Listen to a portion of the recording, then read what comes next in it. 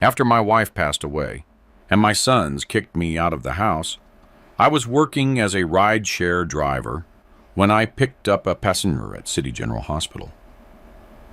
An old man climbed into the back seat and instantly froze, staring straight at me. He asked me in a trembling voice if my name was Vance. I told him it was, and that my name was Leopold Vance. He started to cry and told me he had been looking for my family for 60 years. He took me to an office and opened an old safe, completely covered in dust. His hands shook as he turned the combination dial. He explained that my father had saved his company from bankruptcy back in 1965, but had never received the stock shares he was promised.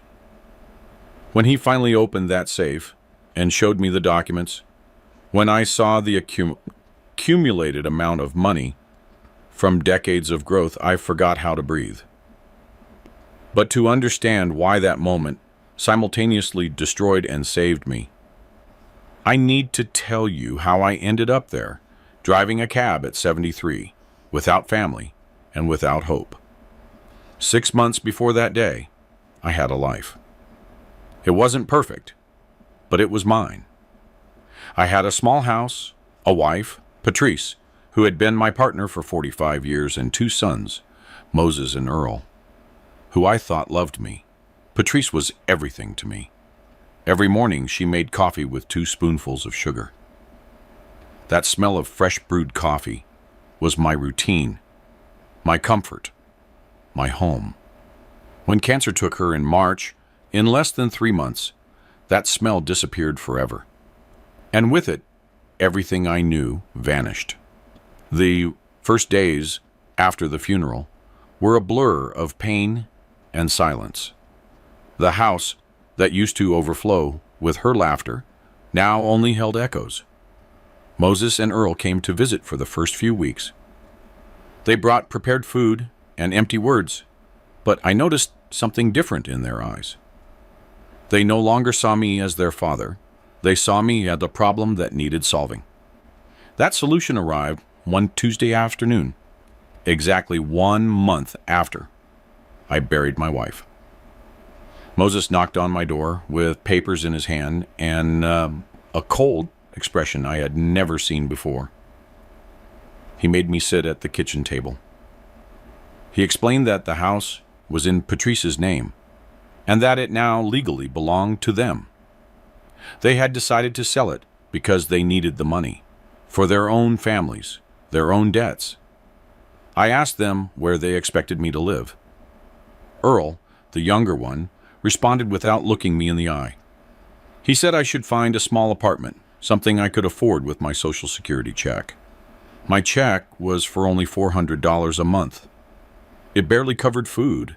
I told them so, my voice breaking. Moses shrugged. He said they couldn't support me. They had their own responsibilities. It felt like a knife twisting in my chest. My own children, the boys I carried in my arms, who I drove to school every morning, were throwing me out on the street as if I were nothing. 2 weeks later, I was living in a rented room that cost $300 a month. It was the size of a closet. The walls were a dirty yellow. It smelled of dampness and the neighbors' cigarettes. The window faced an alley piled high with trash.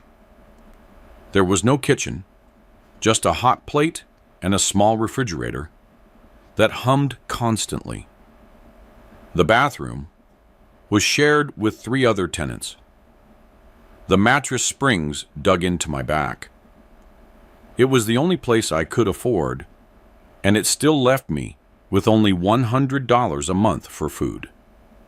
The nights were unbearable. I stayed awake, staring at the stains on the ceiling, listening to the neighbors fighting through the thin walls. I wondered how I had gotten there. 73 years of life, 45 years of marriage, 2 children raised with love, and there I was, alone and abandoned in a room that felt like a cell. I thought about Patrice constantly. I wondered if she could see me from wherever she was. Hunger doesn't spare pride. After 2 weeks of eating only bread and canned beans, I knew I had to do something. I couldn't survive on $100 a month. I signed up as a driver for a rideshare app. I thought nobody would accept me, an old man of 73 competing against young kids. But I was approved in 2 days. They gave me a windshield decal and access to the app. That was it. The first day, I almost got into 3 accidents. My hands sweated on the wheel. Passengers rushed in, some kind, others rude. I tried to concentrate on not getting lost, on not making mistakes. Every time I looked in the rearview mirror, I saw a stranger, a gaunt man with deep, dark circles under his eyes. I had lost over 20 pounds since Patrice's death. I worked 12, sometimes 14 hours a day, from 6 in the morning until 8 at night. My legs swelled so badly, I could barely walk. My back burned with constant pain, but I couldn't stop. Each trip meant $3, $4, or $5. I stopped buying anything unnecessary. No coffee, no meat, just cheap rice, beans, and bread. Sundays were a special torture. They used to be sacred days. Patrice would cook her famous roast chicken. The children would come with their families. The house would fill with laughter. Now, Sundays were just another workday. Another day of picking up strangers and hearing snippets of their happy lives while I died inside. Families going to brunch together. Old couples holding hands. Every trip was a painful reminder of everything I had lost. 4 months passed like this. 4 months of loneliness, exhaustion, and despair. I didn't receive a single call from my sons, not one text. It was as if I had died along with Patrice. There were nights when I considered giving up, but something in me, perhaps the memory of Patrice, forced me to get up every morning and keep going. It was a Thursday afternoon when my life changed forever. I received a ride notification. Pickup at City General Hospital, destination downtown. It was a short trip, probably $10. I usually avoided the hospital because of the traffic, but that day I needed every cent. I accepted the ride and drove to the main entrance. I parked in the pickup zone and waited. 5 minutes passed, then 10. I was about to cancel when I saw an elderly man emerge from the glass doors. He was old, probably my age, but he walked slowly, leaning on a dark wooden cane that looked antique and expensive. He wore a perfectly pressed gray suit, a navy blue tie, and polished shoes. His hair was completely white, slicked back with gel. Everything about him screamed money, class. I got out of the car to help him. I opened the back door and extended my hand. He looked up at me, and in that instant, everything changed. He froze completely still. His face transformed into a mask of absolute shock. His light gray, almost transparent eyes widened immensely. His mouth fell open, and the cane trembled in his hand. I thought he was having a stroke. I asked him if he was feeling all right, if he needed a doctor, but he didn't answer. He just stared at me as if he were seeing a ghost. Finally, he spoke. His voice was raspy, heavy with emotion. He asked me my last name. I was confused, but I answered. I told him my name was Leopold Vance. The moment he heard that name, his eyes welled up with tears, real tears that began to stream down his cheeks. He repeated my surname twice. Vance. Vance. As if it were a magic word. Then he asked me in a broken voice if I knew a man named Hector Vance. I felt the world stop. Hector Vance was my father. He had died 30 years ago of a heart attack.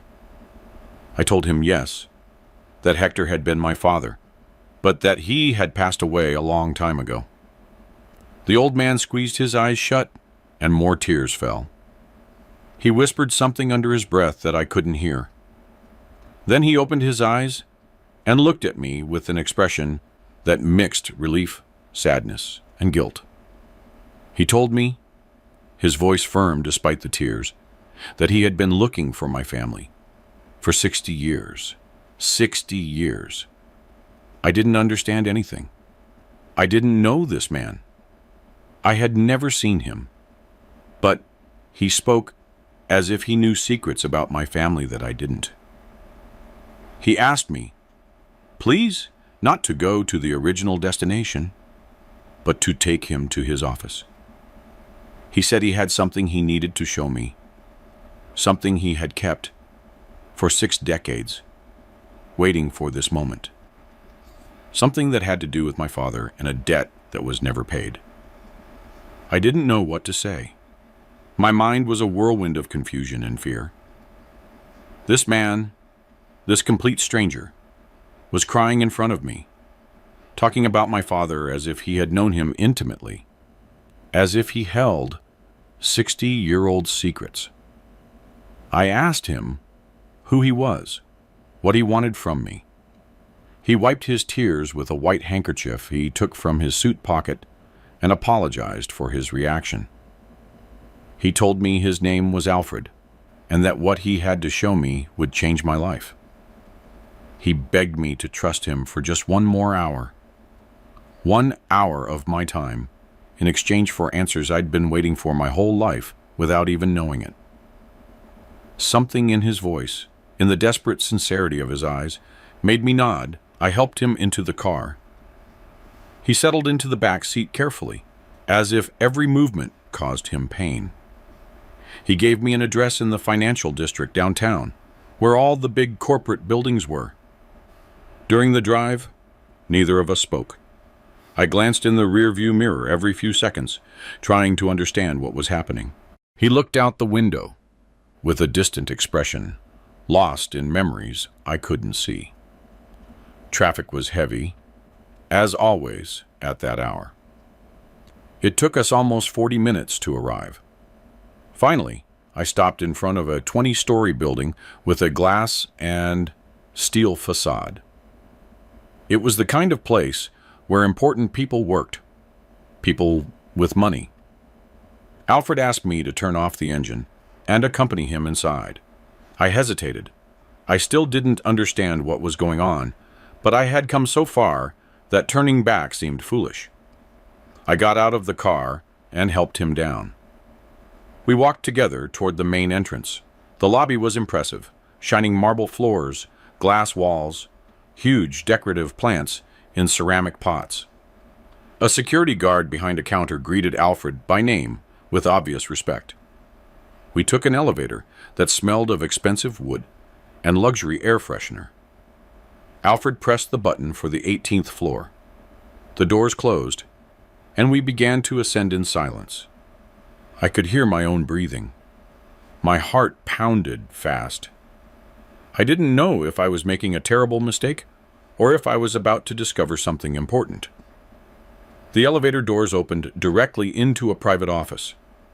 There was no hallway or reception area, just a dark wooden door with a gold plaque that read, Alfred Thorne, President. He took a key from his pocket and opened the door, ushering me in first. The office was enormous, floor-to-ceiling windows with a view of the entire city, an antique solid wood desk, bookshelves packed with leather-bound books, expensive paintings on the walls. Everything screamed success, power, wealth accumulated over decades. Alfred closed the door behind us and asked me to sit down. He pointed to a brown leather sofa near the windows. I sat down slowly, feeling completely out of place in my worn clothes and old shoes. He walked to a corner of the office where a large painting hung, a seascape in blue tones. He took it with both hands and moved it aside, revealing a safe embedded in the wall. It was old, the kind you see in old movies, with a combination dial in the center and green paint worn away by time. He looked at me before opening it. His eyes were moist again.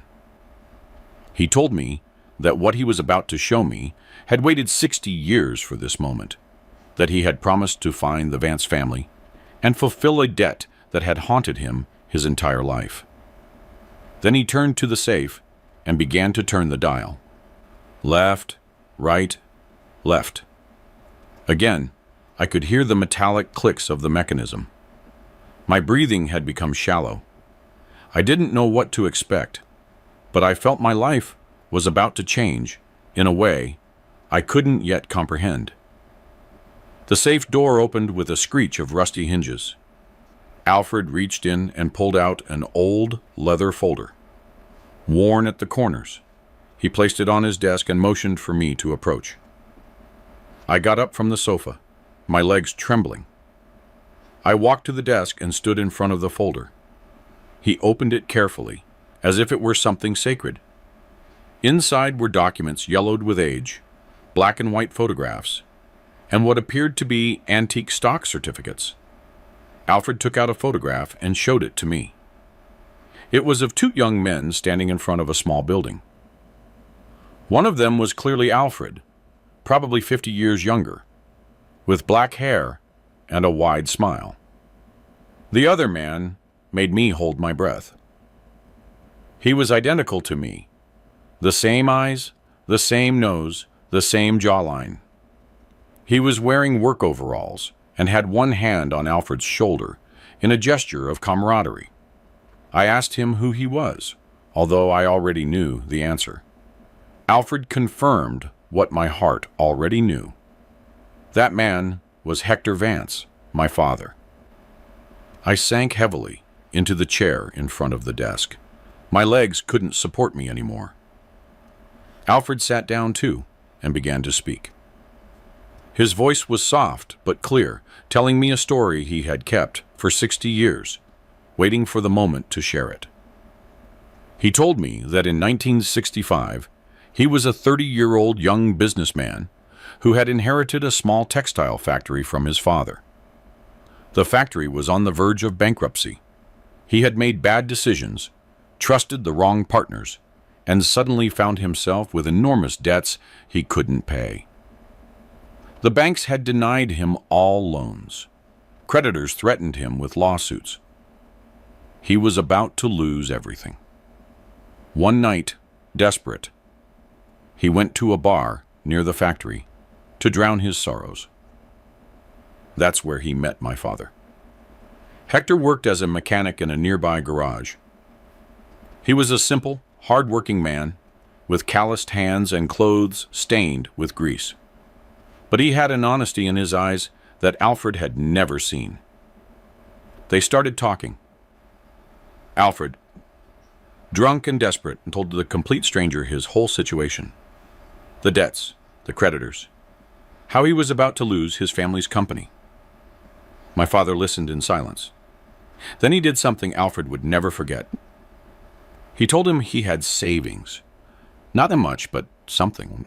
Money he had been saving for years to buy a house someday.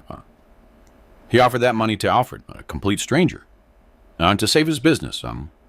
Alfred thought it was a joke. Nobody did that. Nobody loaned their life savings to a stranger in a bar. But my father was serious. 2 days later, they met at a bank. My father withdrew $30,000 from his savings account and gave it to Alfred in cash. $30,000 in 1965 was a fortune for a mechanic. It was literally everything my father had. Alfred, overwhelmed by the generosity, promised him he would not only repay the money with interest, but that he would give him 30% of the company's shares. Once the situation improved, my father would be an official partner. They signed a simple, handwritten agreement on a paper napkin. My father said nothing more formal was needed. He trusted Alfred. He believed his word. Alfred used that money to pay the most urgent debts. With the financial breathing room, he was able to renegotiate with other creditors. He secured new contracts. The factory not only survived, it began to prosper. Within 6 months, it was generating profit. Within a year, it had doubled in size. Alfred went looking for my father to keep his promise. He went to the garage where he worked. They told him Hector Vance had quit 2 months earlier. No one knew where he had gone. Alfred searched everywhere. He went to the address he had on file, but the house was empty. He asked the neighbors. No one knew anything. It was as if my father had vanished off the map. He hired private investigators, placed ads in newspapers, offered rewards. Nothing worked. Years passed, and Alfred never stopped searching. His company grew, becoming one of the largest textile corporations in the country. And with each passing year, the value of that 30% stake grew and grew. But Alfred never sold those shares. He kept them in this safe, waiting for the day he could find Hector Vance or his family. 60 years of searching, and today, by pure chance, I'd gotten into his car. He had seen my face and immediately recognized the features of his old friend, the man who had saved his life when no one else would give him a chance. Alfred opened one of the documents in front of me. It was a stock certificate in the name of Hector Vance, 30% of Thorn Textiles, Inc. Then he pulled out another, more recent document, a statement of the share's current value. When I saw the numbers, my vision blurred. It couldn't be real.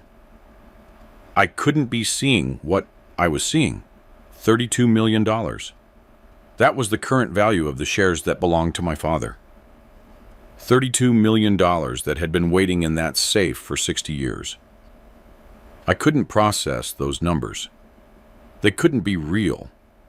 It had to be a mistake, a cruel joke, an elaborate scam.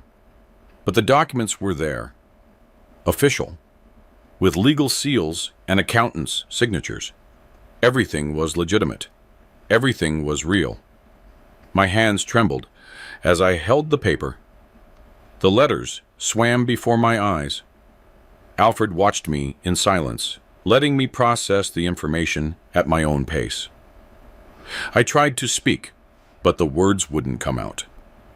My throat was tight. I felt like I couldn't breathe properly. I sat back down in the chair because my legs had stopped working. $32 million. I, who had been surviving on $100 a month for months. I, who ate beans and cheap bread every day. I, who lived in a miserable closet-sized room, was suddenly a millionaire. Alfred came over and placed a hand on my shoulder. He asked if I was okay, if I needed water or something stronger. I shook my head. I didn't need water. I needed to understand. I needed to know why my father had never told me any of this. Why had he disappeared without claiming what was his? Why had he died a poor man when a fortune was waiting for him? Alfred seemed to read my thoughts because he started talking before I could ask. He told me that over all these years, he had thought about it a lot. He had developed theories about why my father disappeared. Maybe he was afraid of so much money. Maybe he didn't trust the business world. Maybe something personal forced him to leave the city quickly. Maybe he was simply a man who valued his peace of mind more than wealth. Alfred never knew the answer, but what he did know was that Hector Vance had been the most honorable man he had ever met. A man who gave everything he had to help a stranger without asking for anything in return. I asked him why he had kept the shares all of this time, why he hadn't sold or used them after so many years, and no news of my father. Alfred smiled sadly. He told me he had made a promise, that a man without his word was nothing. He owed all the success he had achieved, all the money he had accumulated, everything he had, to my father. Without that $30,000 in 1965, he would have lost the family business. He would have ended up on the street. My father had given him a second chance when no one else would. The only way to honor that was to keep his promise, no matter how much time passed. He showed me more documents, records of dividends that had accumulated year after year, financial reports that showed the company's growth decade after decade, photographs of the factories expanding across the country. Alfred had built a textile empire. Thorne Textiles now had 43 factories in 8 countries, employed over 20,000 people, and generated hundreds of millions of dollars in revenue annually. And 30% of all that had always belonged to my father. I asked him why he had recognized me so easily. 60 years had passed since he last saw my father. Alfred laughed softly. He said he had never forgotten that face. For decades, he had looked at the photograph he showed me at least once a week. He had memorized every feature of my father. When he saw me standing by his car, it was like seeing Hector Vance resurrected. The same eyes, the same facial structure, even the same way of tilting my head. It was impossible not to recognize me. He knew immediately that I had to be his son.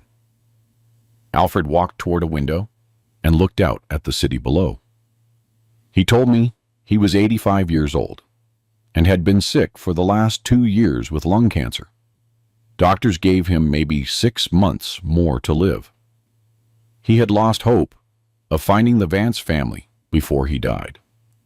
But destiny, or God, or whatever it was, had put my car exactly in that place. Exactly at that moment. It was a miracle. The last chance to fulfill the promise he had made 6 decades ago. He turned to me with tears in his eyes. He told me I didn't know how much weight had been lifted from him. That for 60 years, he had carried that debt like a stone in his heart.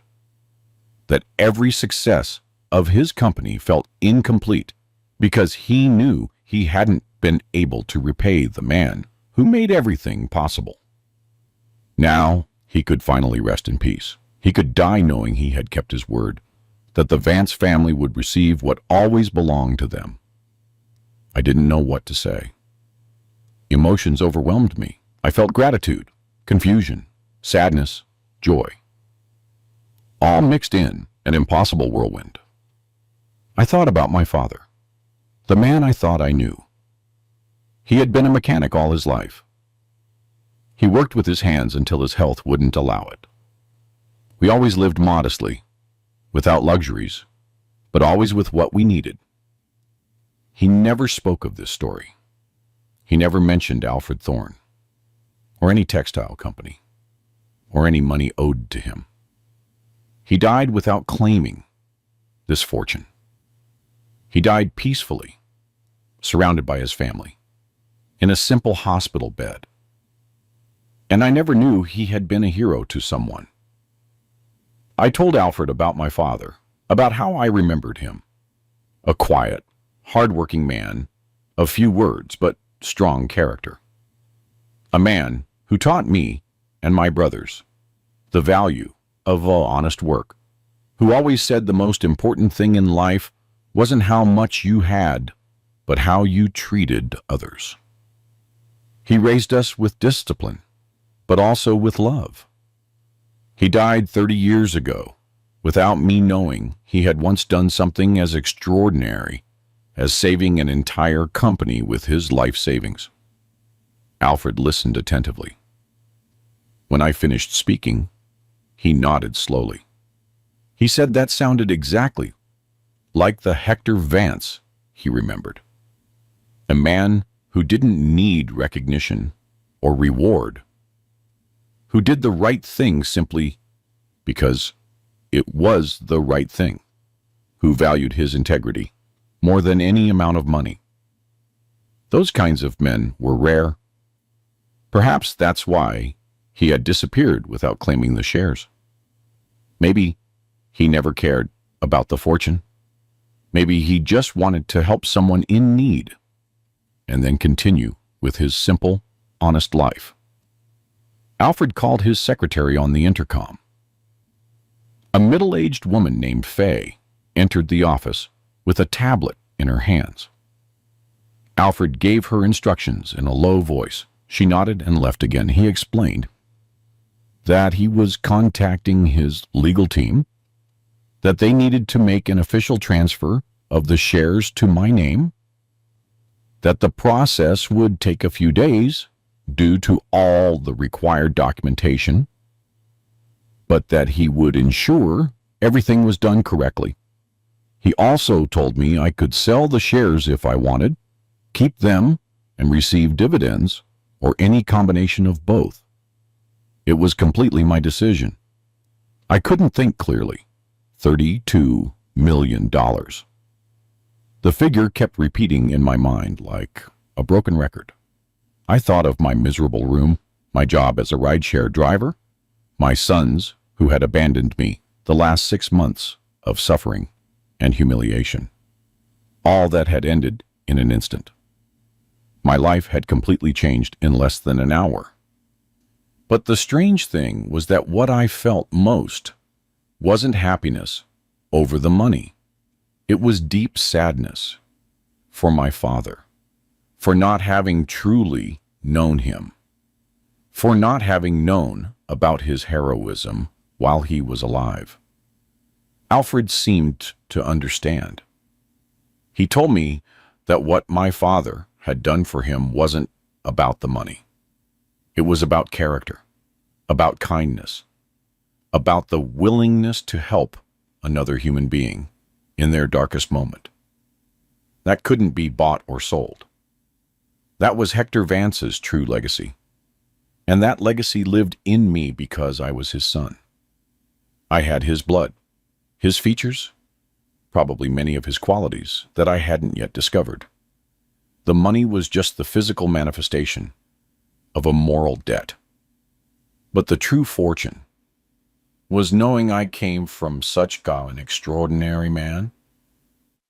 I asked him if I could keep the photograph, the one of my father and him in front of the factory. Alfred smiled and immediately gave it to me. He said he had copies, that this photograph had been on his desk for 60 years, that he had looked at it thousands of times, remembering the friend who saved his life. Now, it was only fair that I have it. I took it with trembling hands and looked at it closely. My father, so young, with his whole life ahead of him, smiling sincerely at the camera. He didn't know at that moment that he had just changed someone else's destiny. He didn't know that decades later, his act of kindness would still have repercussions. He was just being himself, a good man doing a good thing. Fay returned to the office, followed by an older man in a dark suit carrying a leather briefcase. Alfred introduced him to me as Stephen, his personal attorney and the company's legal director for 30 years. Stephen greeted me with a firm handshake and looked at me with a mixture of curiosity and respect. Alfred quickly explained the situation. Stephen nodded as if this was something he had been expecting for years. I realized then that he probably knew this story too.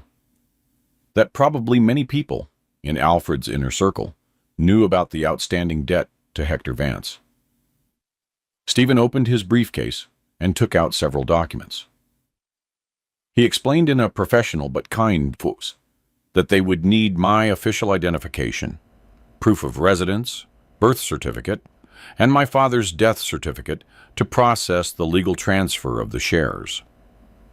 They would also need to conduct DNA testing to confirm, beyond a shadow of a doubt, that I was Hector Vance's son. It was standard procedure for transfers of this magnitude. It wasn't that they doubted my identity, but legally, they had to cover themselves against any possible future challenge. I told him I understood, that I would do whatever was necessary. Stephen smiled and told me the complete process would take about 2 weeks. In the meantime, Alfred had authorized an advance to cover immediate needs, $50,000, which would be deposited into my bank account the following day. I nearly fell out of the chair. $50,000 was more money than I had ever seen together in my life. Stephen handed me bank forms to fill out with my information. My hands trembled so much I could barely write. Alfred rose from his chair with effort, leaning on his cane. He walked toward me and extended his hand. When I shook it, he placed his other hand on top, forming a warm, two-handed clasp. He looked me directly in the eyes and said something I will never forget. He told me his life had been blessed the day he met my father, that everything good that had happened to him after that encounter in the bar he owed to the generosity of a mechanic who had no obligation to help him, that he had spent 60 years wishing he could look Hector Vance in the eye and say thank you, that he couldn't do that anymore, but that he was saying it to me. Thank you for being the son of that extraordinary man. Thank you for showing up when he had lost hope. Thank you for allowing him to die in peace. My voice broke when I tried to respond. I told him I was the one who should be thanking him, that I had no words to express what I was feeling. Alfred shook his head. He told me not to thank him, that this wasn't generosity on his part, it was justice. It was fulfilling a promise. It was paying a debt that should have been paid 6 decades ago. He had only been the custodian of something that always belonged to my family. I spent the next hour filling out forms and answering Stephen's questions. My father's date and place of birth, names of relatives, all the genealogical information I could provide. Stephen took meticulous notes on his tablet. He explained that he would immediately launch the legal investigation to ensure there were no other heirs who could claim the shares. I told him I had 2 sons, Moses and Earl. Stephen wrote down their names and asked if I wanted to include them in the transfer. I was silent for a moment, thinking of them, of how they had treated me, of how they had kicked me out of my own home without remorse. I told Stephen no, that the shares would be transferred home only to my name, and that I would decide later what to do with the inheritance. Stephen nodded without judgment and noted my decision. Alfred watched me from his chair. I think he understood there was pain behind that decision, but he didn't ask. He simply nodded in silence, as if giving me his support.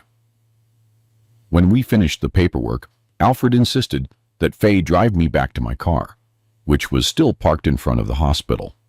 I protested, saying I could take a cab, but he wouldn't take no for an answer. He said he had waited 60 years, and the least he could do was ensure I got home safely. Faye was efficient and kind. During the drive, she asked if I was okay, if I needed to stop anywhere. I thanked her, but told her I just wanted to get back to my car. When we arrived at the hospital, and I saw my car parked in the patient pickup zone, I realized something surreal. Just 2 hours ago, I was a desperate rideshare driver picking up passengers to survive. Now I was a potential millionaire. Nothing had changed. Physically, the car was the same, I was the same, but everything was completely different. Faye handed me a business card with Stephen's direct number and told me to call him if I had any questions or needed anything. She wished me good luck and left. I stood next to my car for several minutes, unsure what to do. People were going in and out of the hospital. Ambulances arrived with sirens blaring. Life continued normally for everyone but me. I took out the photograph Alfred had given me. I looked at my young, smiling father. I tried to imagine the moment he decided to give all his savings to a stranger. What went through his mind? If he was afraid, if he hesitated, or if he simply saw someone who needed help and acted without thinking too much because it was the right thing to do. I got into the car and sat in the driver's seat with my hands on the wheel. My phone buzzed with notifications from the app. Trip requests were waiting. People who needed transportation. I looked at the notifications, then at my father's photograph. I thought about everything that had just happened. Alfred crying when he saw me, the old safe, the yellow documents, the $32 million, my miserable life of the last few months, my sons who abandoned me, Patrice, who wasn't here to see this. I started the engine and drove back to my room. Traffic was heavy, and the sun was beginning to set. The city lights flickered on one by one. I thought about how, in a few weeks, my life would be completely different. I could buy a house, a new car, decent clothes, real food. I could quit working. I could live the rest of my days with dignity. But the strange thing was that none of those things excited me. The only thing I felt was a deep hole in my chest, a sadness for my father, for not having truly known who he was, for not having been able to tell him I was proud of him while he lived. I reached my building when it was already dark. I climbed the stairs to my third-floor room. I opened the door, and the smell of dampness greeted me as always. I turned on the light and looked around. The messy bed, the dirty hot plate, the stained walls. Everything looked even more miserable, now that I knew I would be leaving forever soon. I sat on the bed and placed the photograph on the table. I looked at my father for a long time. Finally, I spoke aloud, though no one else was in the room. I said, "Thank you. Thank you for being who you were. Thank you for your kindness. Thank you for giving me this gift without even knowing it. Thank you for teaching me by your example, even though I didn't understand it until now." I lay on my bed and put the photograph of my father on the bedside table. I stayed up for hours trying to understand who that man really was. The simple mechanic I knew was only part of the story. There was another dimension to him I had never seen, a man capable of giving everything he had to help a stranger. A man whose act of kindness had traveled across 6 decades to find me in my darkest moment. The hours passed slowly. Every time I closed my eyes, I saw Alfred's crying face, the yellow documents, the impossible numbers. $32 million. The words repeated in my mind like a prayer. I got up several times to check my wallet, to confirm I had Stephen's card, that everything had been real and not a dream concocted by desperation. I made instant coffee on the hot plate as the sun rose. It tasted awful, but it was all I had. At 9 in the morning, I called Stephen. He answered on the second ring, his voice professional, but kind. He asked how I was and if I had rested. I told him the truth, that I had barely slept. He laughed softly and told me it was completely normal after receiving such shocking news. He confirmed that the $50,000 advance would be deposited into my account that day before noon. He asked if I had an active bank account. I said yes, although I barely had $1 in it. Stephen asked me to come to his office that afternoon to begin the formal documentation. I needed to bring my official identification, my birth certificate, if I had it, and any document proving my relationship with Hector Vance. I had very little: my worn ID card, an old birth certificate I had kept for years for no particular reason, and some photographs of my father from when I was a child. Stephen assured me that would be enough to start, that his team would take care of obtaining the death certificate and other necessary official documents. I spent the morning organizing the few important papers I had. They were stored in a dusty shoebox under the bed. I found the birth certificate, folded and yellowed with age. I found old photographs of my childhood, of Patrice when she was young and beautiful, of my sons when they were smiling babies. I found my father's ID, which for some reason I had kept after his death 30 years ago. Seeing it, I felt a knot tighten in my throat. There he was, younger than I remembered, looking seriously at the camera with those eyes I now saw every morning in my own reflection. At 11:30, my phone vibrated with a bang notification. A deposit of $50,000 had been credited to my account. I stared at the screen, unable to process what I was seeing. I refreshed the app 3 times to make sure it wasn't a system error. The money was there, real, available. I could withdraw it if I wanted.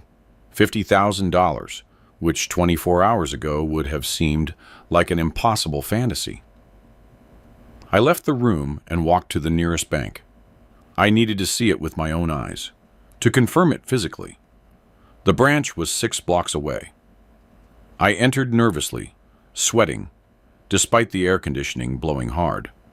I stood in line, waiting my turn. When I finally reached the window, I asked the teller to check my balance.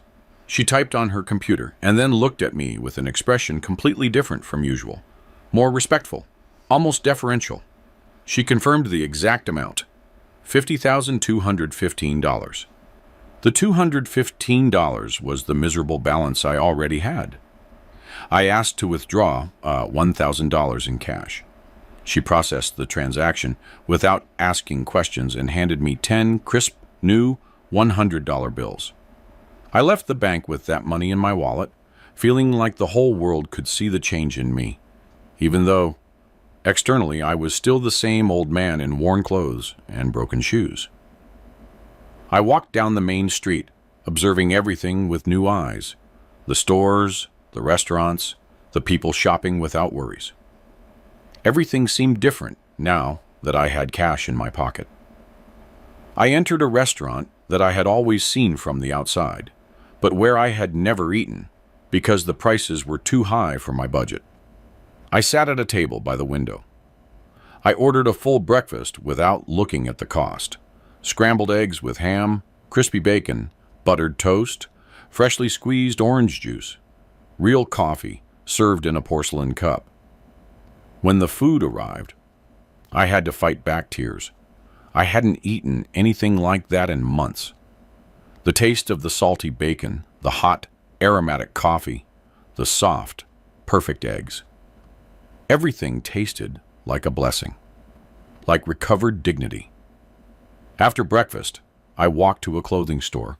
I needed something decent to wear to Stephen's office that afternoon.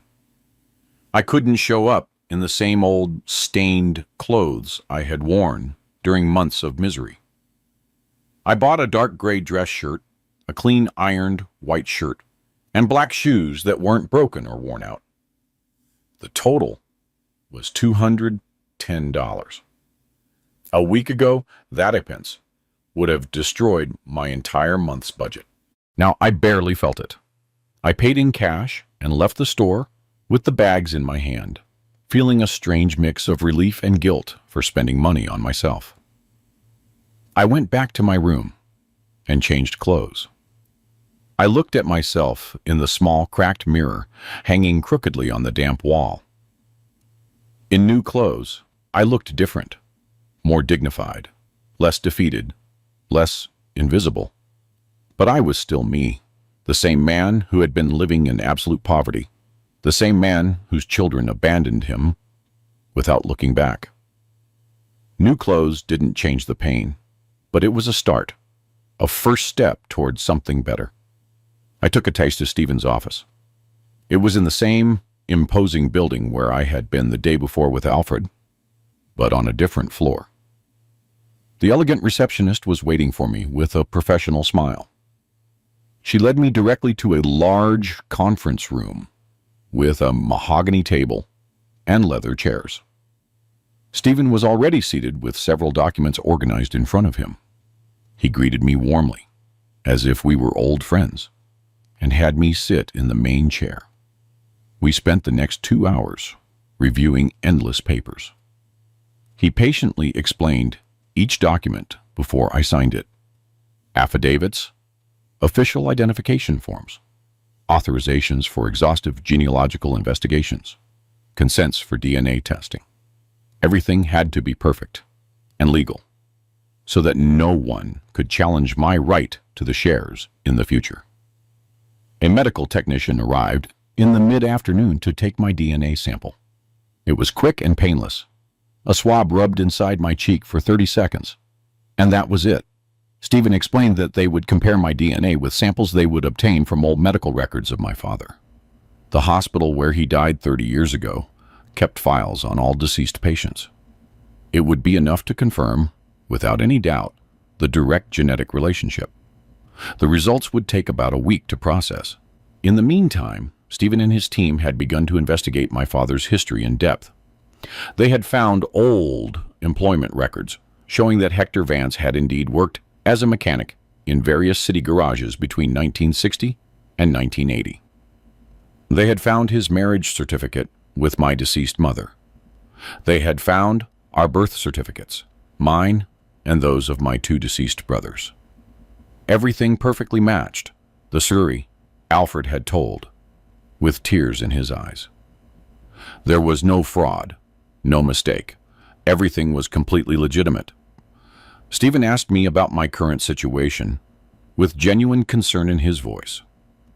I told him everything, without omitting painful details, about Patrice and the cancer that took her in 3 months, about Moses and Earl kicking me out of my own home to sell it, about the miserable room I lived in for $300 a month, about working as a ride-share driver at 73, just to be able to eat every day. He listened in absolute silence, nodding occasionally with a serious expression. When I finished my story, Stephen leaned forward and told me something that filled me with hope. He told me that all that suffering would end very soon, that in 2 weeks at most, I would have full and legal access to the inherited shares. He explained that I could sell all of them if I wanted immediate liquidity, sell only a part, or keep them entirely and live off the generous annual dividends. He explained that the annual dividends for that share package were approximately $2 million every year. $2 million annually without having to sell anything, without touching the principal capital. $2 million a year. I, who had lived on a $400 a month Social Security check. I, who had eaten beans and bread for months to survive. I couldn't process those numbers. It was as if they were speaking to me in another language. Stephen must have noticed my look of shock because he stopped and asked if I needed water or a moment to process the information. I nodded, and he called his assistant to bring cold water. I drank slowly, trying to calm my racing mind. Stephen waited patiently, without pressuring me. When I finally regained some composure, he continued explaining the options. He strongly recommended hiring a trustworthy personal financial advisor. He gave me a list of names of 3 professionals who worked with high net worth clients. People who could help me manage the fortune intelligently and protect it from bad decisions or scammers who would inevitably appear when they learned of my new situation. He also warned me about something important. He told me not to make hasty decisions driven by the emotion of the moment, not to buy big things immediately, not to tell too many people about the money yet, and to let the reality sink in for a few weeks before making drastic changes in my life. He explained that he had seen cases of people who inherited fortunes and lost them in months by making stupid decisions too quickly. He didn't want me to be one of those sad stories. I thanked him for the advice and promised to be careful. Then I asked him something that had been bothering me since the day before. I asked about Alfred, how he was after our meeting, if it had been too much for him emotionally, considering his delicate health condition. Stephen smiled sadly, but also with a sense of peace in his eyes. He told me Alfred was better than he had been in years, that the cancer continued to advance relentlessly, but that he could now face death without that enormous weight on his conscience. He told me Alfred had called his family the night before to tell them the news, his children and grandchildren.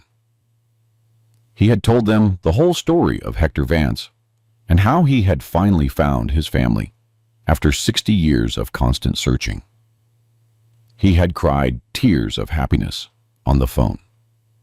He had told them he could now die in peace, that he had fulfilled the most important promise of his life. Stephen told me that Alfred was deeply grateful to me for showing up exactly when I did, that he considered it a miracle, the answer to 60 years of desperate prayers. I asked Stephen to tell Alfred something from me, that I, too, was grateful beyond words, that I perfectly understood what he had done by keeping that promise for 6 decades, that honoring his word in that way was something extraordinary and rare in this world, that my father had chosen well, whom he helped that day in the bar. Stephen promised to convey the message word for word. I left the office around 5 in the afternoon. The sun was still shining brightly in the clear sky. The city buzzed with heavy rush-hour traffic. Thousands of people returning to their homes after work. I walked aimlessly for a long time, just thinking about how my life had completely changed in less than 48 hours. How my father's act of kindness 60 years ago had traveled through time to rescue me in my darkest, most desperate moment. It was as if he had somehow known that one day I would need that gift, as if he had planted an invisible seed that was finally bearing fruit decades after his death. I stopped at a small bar and sat on a bench under a large tree. I took out the photograph Alfred had given me. I looked at my young father, smiling next to his friend. 2 men who didn't know they were creating a story that would last a lifetime. I thought of all the times I had seen my father working in the garage when I was a child, his hands always dirty with grease, his clothes stained, his back bent over engines. He never complained. He never talked about sacrifices. He simply did his job day after day with silent dignity. Now I understood that this humble man had been capable of such great generosity that he had saved another person's life. And he never boasted about it. He never mentioned it. He simply continued living his simple, honest life. I wondered why he never claimed the shares, why he disappeared without seeking what was legally his. Alfred had speculated that maybe he was afraid of the money, that maybe something personal forced him to leave the city quickly. But I knew my father better than that. I believe he simply didn't care about the fortune. He had helped Alfred because it was the right thing to do, not because he expected a reward. And when he saw that Alfred was fine and the company was prospering, he probably felt his job was done. The money was never the point for him. That made me reflect on myself, on what kind of man I was compared to my father. I had spent the last few months feeling like a victim, blaming my sons, complaining about my luck, sinking into self-pity. But my father had faced difficulties with grace and generosity. He had given when he didn't have to give. He had helped when he could have looked the other way. That was the true legacy he left me, not the money, but the example of how to live with honor. The sun began to set, painting the sky orange and purple. I got up from the bench and walked back to my room. For the last time, I climbed those worn stairs. For the last time, I opened that door that led to my temporary prison. I looked around the miserable room, the sunken bed, the stained walls, the dirty hot plate. In 2 weeks, I would be out of there forever. But strangely, I no longer felt hatred for that place. It had been my refuge when I had nothing else. It had kept me alive during the darkest months. I sat on the bed and looked at my father's photograph again. I spoke to him aloud, though I knew he couldn't hear me.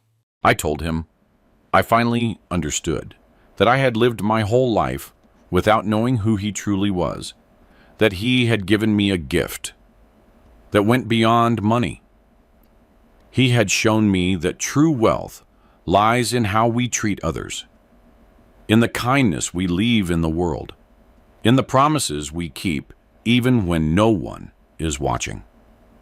I promised him I would try to be worthy of his legacy, that I would use this gift in a way that would make him proud. That night, I slept better than I had in months, not because I knew I was rich, but because I finally understood something important about my life and the man who gave me life. I dreamed of my young father working in the garage. In the dream, he turned to me and smiled. He didn't say anything. He just smiled with that calm expression he always had, as if he knew a secret the rest of the world ignored. The following days passed in a strange haze. I was still living in the same miserable room, but now with $50,000 in my bank account. I was still the same person, but everything had changed internally. I felt different. I walked differently. I no longer shuffled my feet with my head down. I looked forward with something I hadn't felt in months: hope, recovered dignity, a future worth living. Stephen called me every couple of days to keep me informed of the progress. The DNA results had arrived. 99.9% positive confirmation that I was Hector Vance's biological son.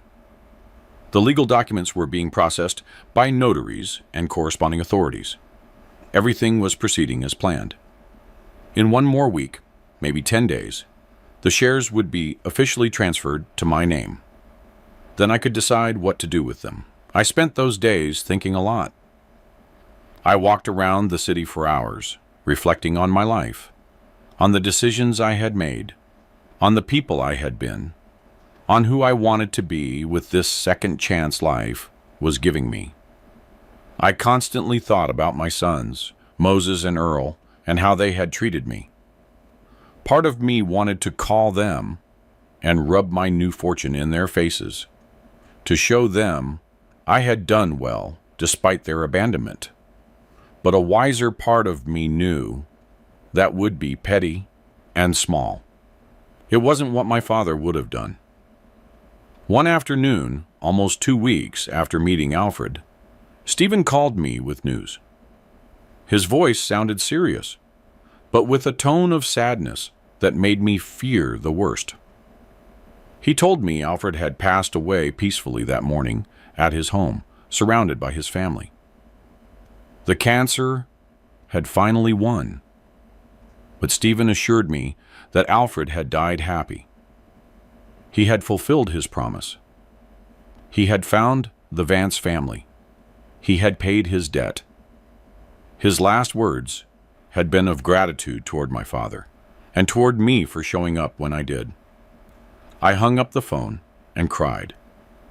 I cried for a man I had barely known for an hour, but who had completely changed my life.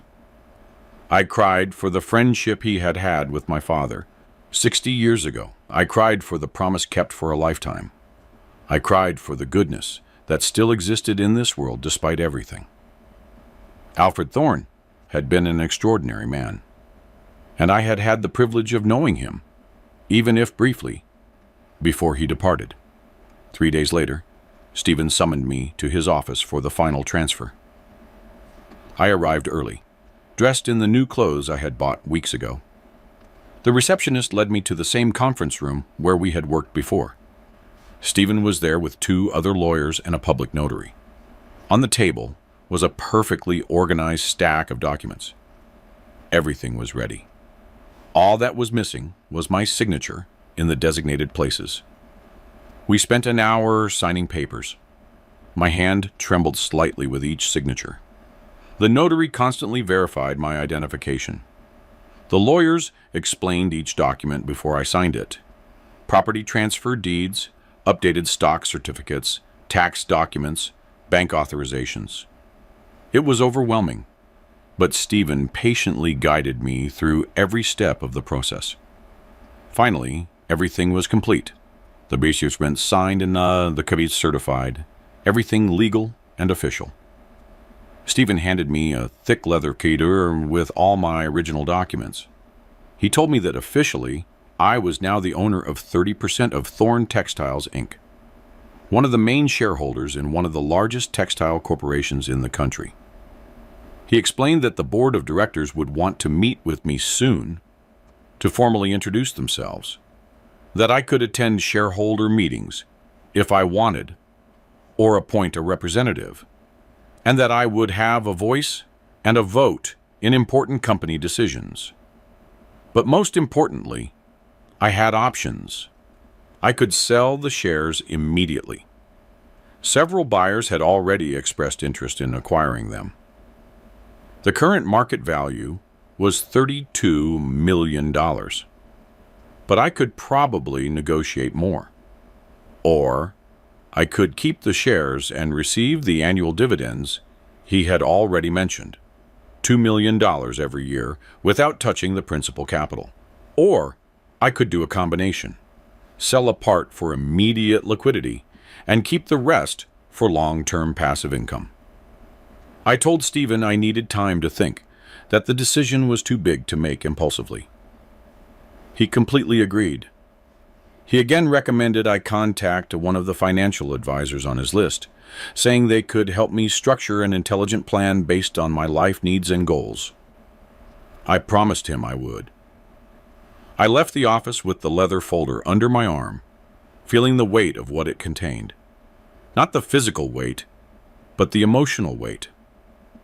Those papers represented the culmination of a story that began 60 years ago. They represented my father's sacrifice, Alfred's gratitude, a promise kept across decades, and now, all that rested in my hands. It was my responsibility to honor that legacy. I walked to a nearby park and sat on a bench. I opened the folder and looked at the documents. My name was written on each one. Leopold Vance, owner of millions. It was surreal. A month ago, I was driving a cab 12 hours a day to buy beans. Now, I was a millionaire. But the strange thing was that I didn't feel uncontrolled euphoria.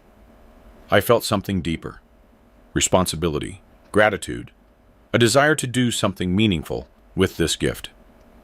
I thought about what Alfred had told me that first day, that my father had valued his integrity more than any amount of money, that he had helped without expecting a reward.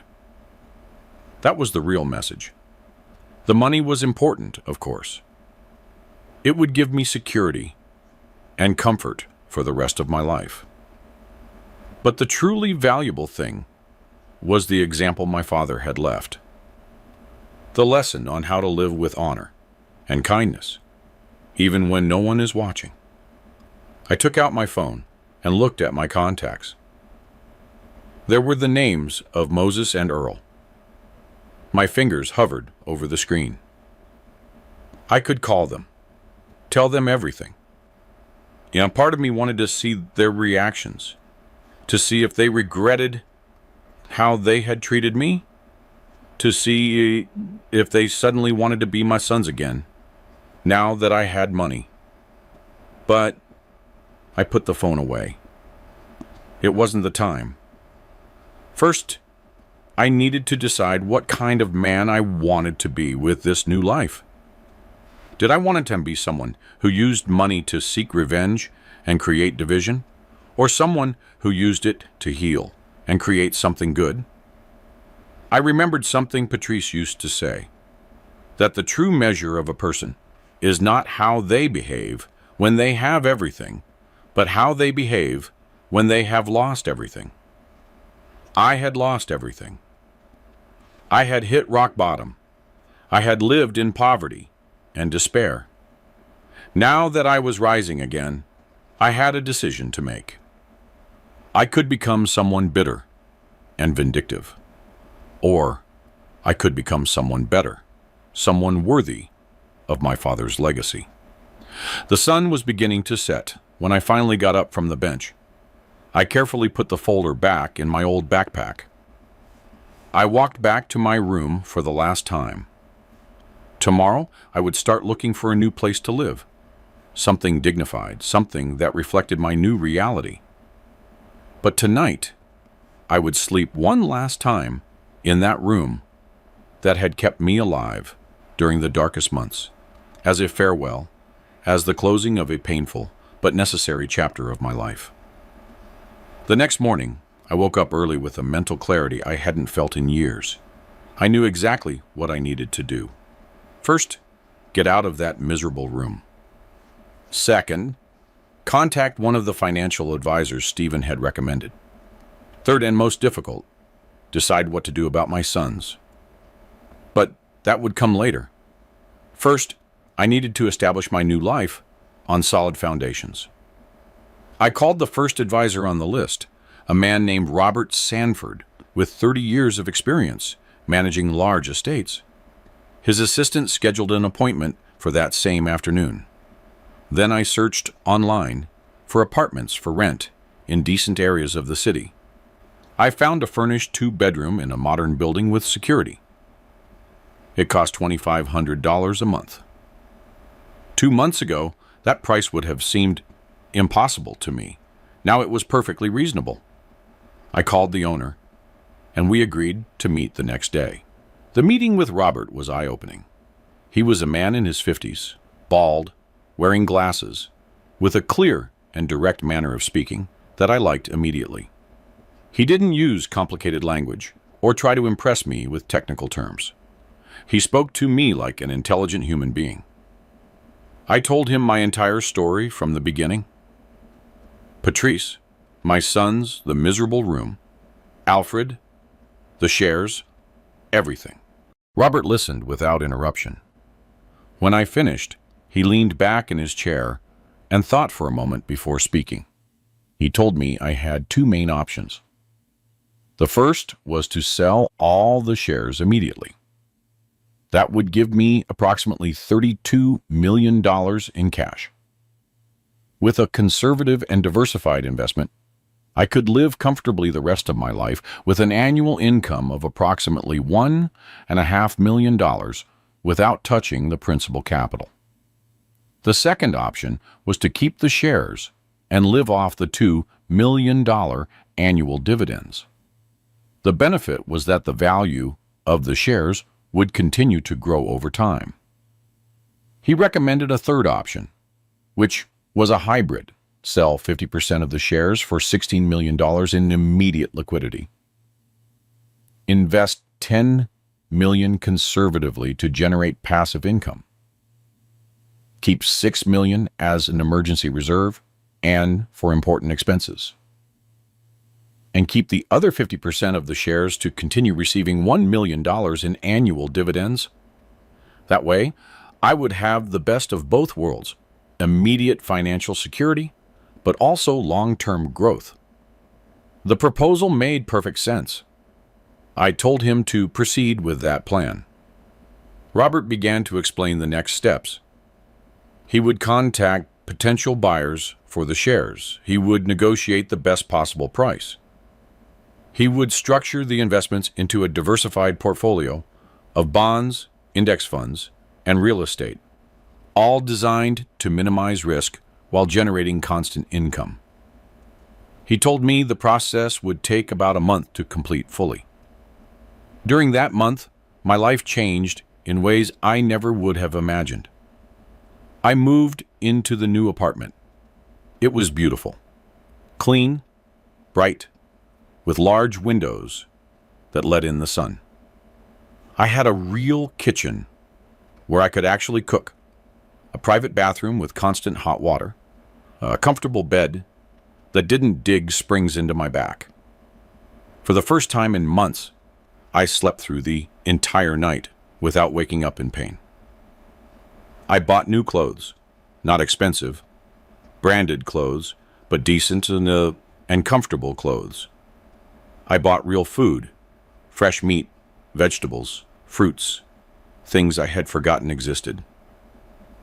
Every meal felt like a small celebration. I regained the weight I had lost. My face no longer looked gaunt and gray. When I looked in the mirror, I saw a version of myself I thought I had lost forever. But with every small luxury I allowed myself, I thought about my sons. Moses and Earl knew nothing of my new situation. They still thought I was a poor old man driving a cab to survive. Part of me wanted to keep it that way, to leave them in their ignorance.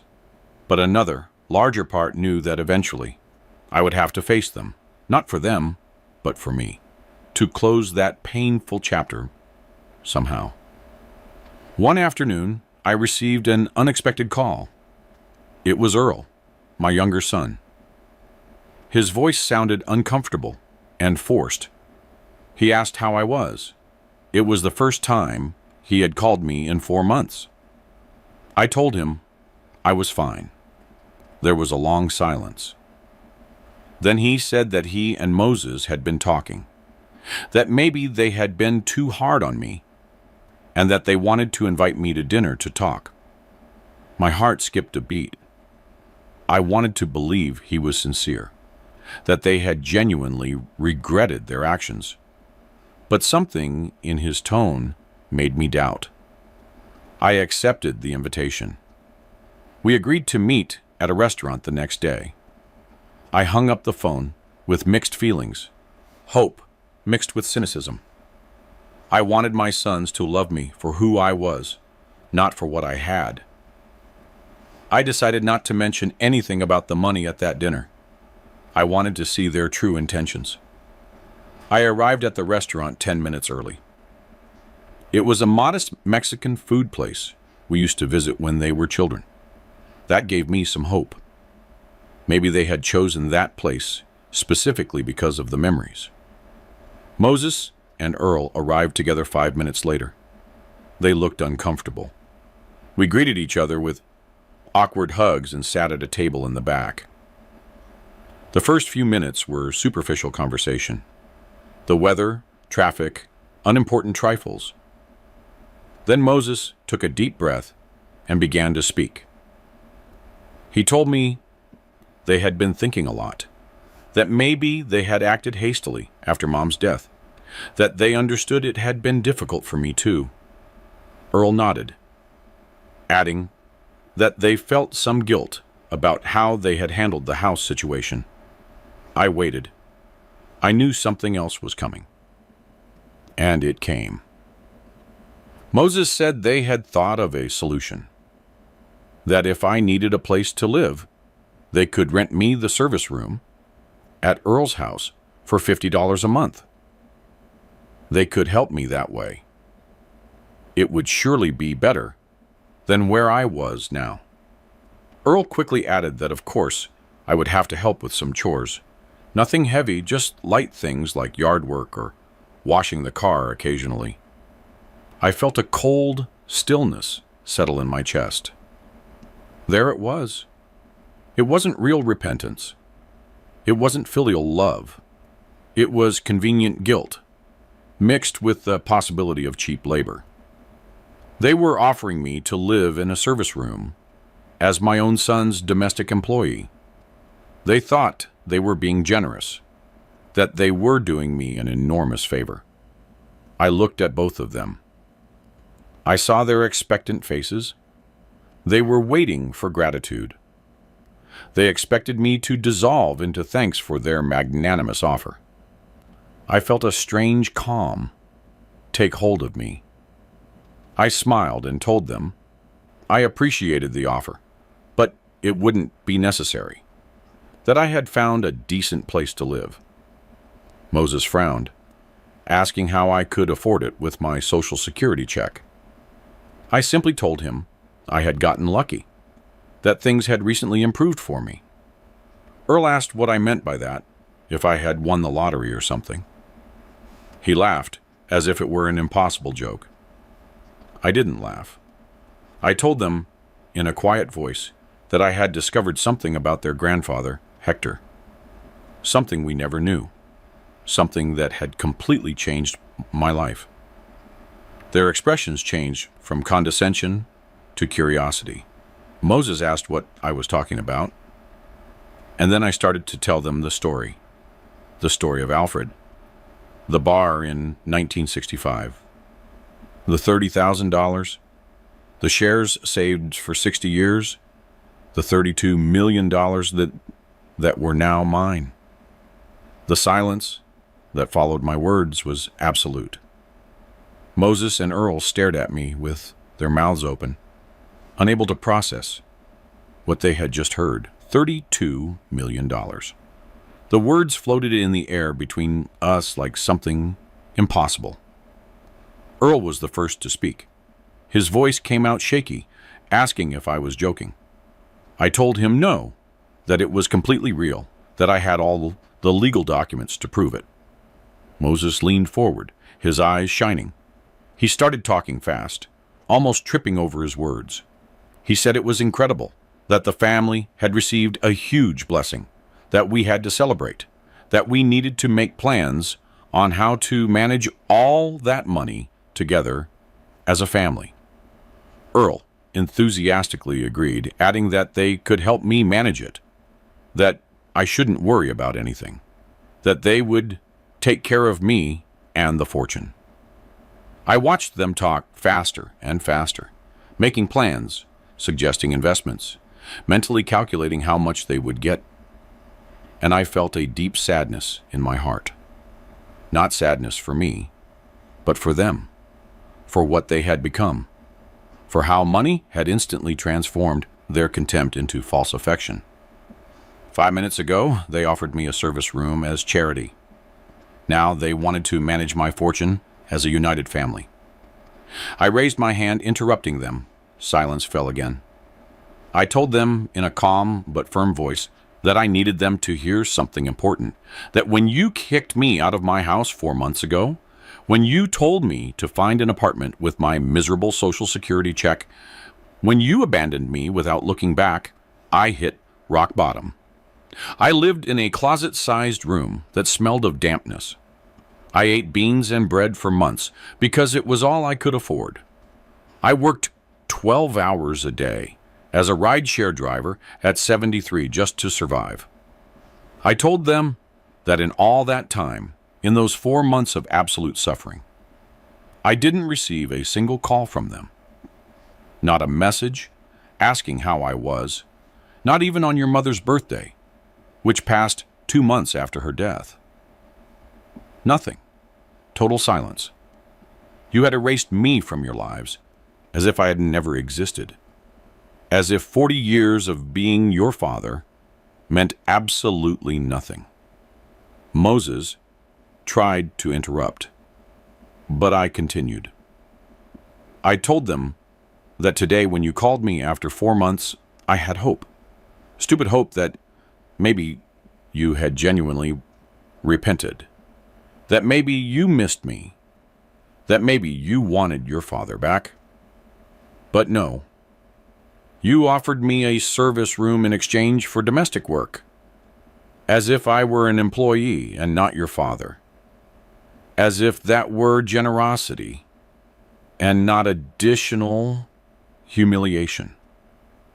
Earl began to stammer excuses that I didn't understand, that they had good intentions, that it was hard for everyone. I raised my hand again, stopping him. I told them I understood perfectly, that actions speak louder than words, and their actions over the last 4 months had shown me exactly who they really were. Moses changed tactics. His voice became pleading. He said they had made mistakes, that they were human, that they deserved a second chance, that we were family, and family forgave. I nodded slowly. I told them he was right, that family should forgive, but that forgiveness didn't mean forgetting, nor did it mean pretending nothing had happened. True forgiveness required genuine recognition of the harm caused and real change in behavior. I told them I didn't hate them, that maybe with time I could forgive them, but that right now I needed distance. I needed to build my new life without the toxicity of relationships based on material interest. I told them they wouldn't see a cent of that money, that it was my inheritance from my father, and I would decide what to do with it. And my decision did not include rewarding them for abandoning me in my most vulnerable moment. My sons' faces transformed. The mask of repentance fell away, revealing fury underneath. Moses slammed his palm on the table, making the silverware jump. He said it was unfair, that they were my children, that they had a right to a part of that inheritance, that legally they could fight for it. I remained calm.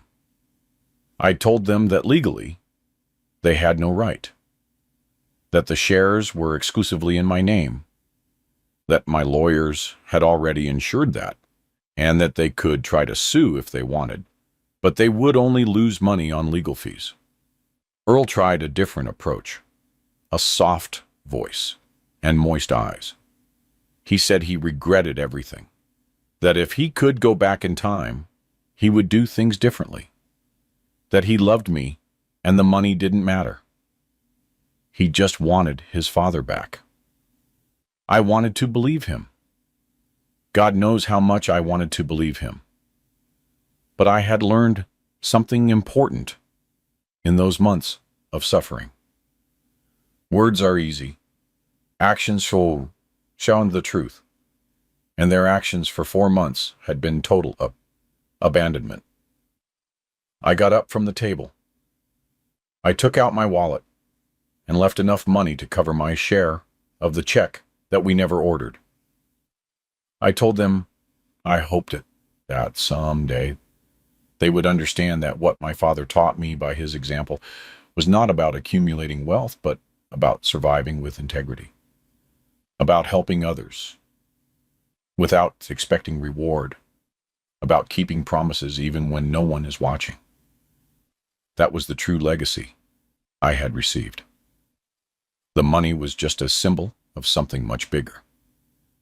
I told them the doors weren't closed forever, that if they ever showed genuine repentance, if they demonstrated with actions and not just words that they had changed, maybe we could rebuild something, but that it would be on my terms, not out of obligation or for money, but because they genuinely wanted a real relationship with me.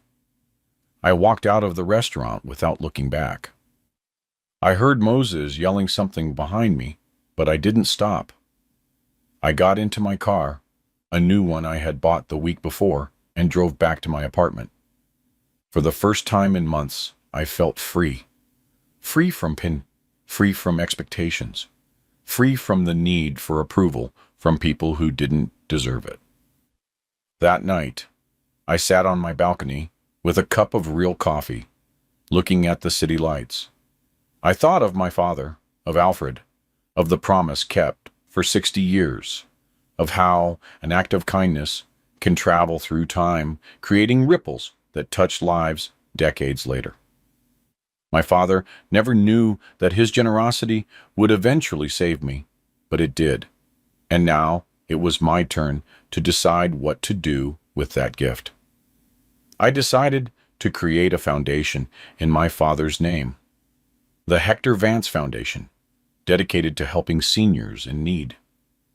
People like I had been just months ago, homeless, hopeless, abandoned by their families.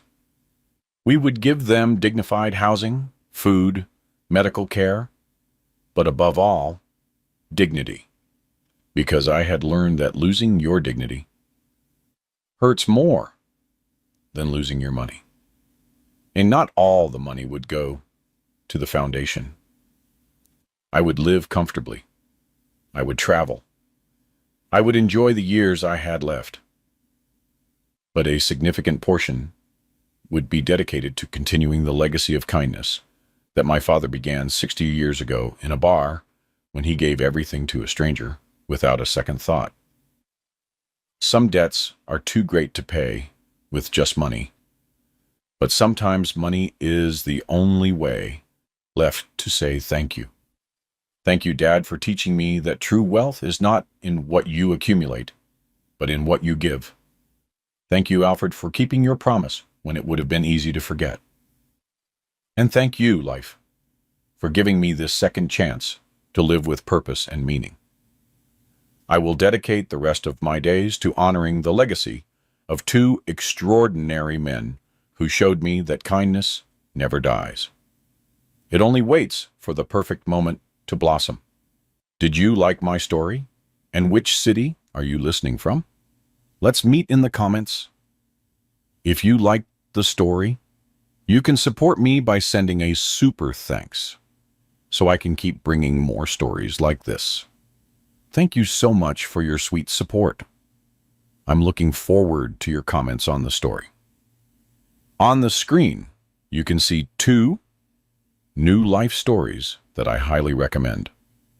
There's so much more on my channel. Don't forget to subscribe.